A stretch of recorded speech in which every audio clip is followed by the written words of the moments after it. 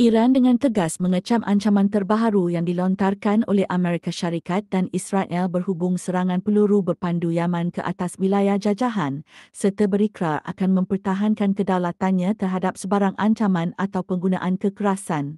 Duta Tetap Iran ke Pertubuhan Bangsa-Bangsa Bersatu, Amir Said Iravani, menyatakan perkara itu pada hari Isnin dalam sepucuk surat kepada Setiausaha Agung Pertubuhan Bangsa-Bangsa Bersatu dan Presiden Majlis Keselamatan. Iravani berkata sebarang tindakan ketenteraan secara berani mati oleh Amerika Syarikat atau proksinya, entiti Israel, akan dibalas dengan tindak balas yang pantas, setimpal dan sah menurut undang-undang. Beliau menambah bahawa Amerika Syarikat dan Israel akan menanggung sepenuhnya segala akibat daripada sebarang tindakan pencerobohan yang tidak sah dan cuai itu. Iravani turut menyatakan bahawa retorik menghasut dan bersifat konfrontasi terhadap sebuah negara anggota Pertubuhan Bangsa-Bangsa Bersatu merupakan pelanggaran jelas dan serius terhadap prinsip asas undang-undang antarabangsa. Beliau turut mengecam Amerika Syarikat dan sekutunya kerana memilitarisasikan Laut Merah dan melancarkan operasi ketenteraan yang menyalahi undang-undang terhadap Yaman.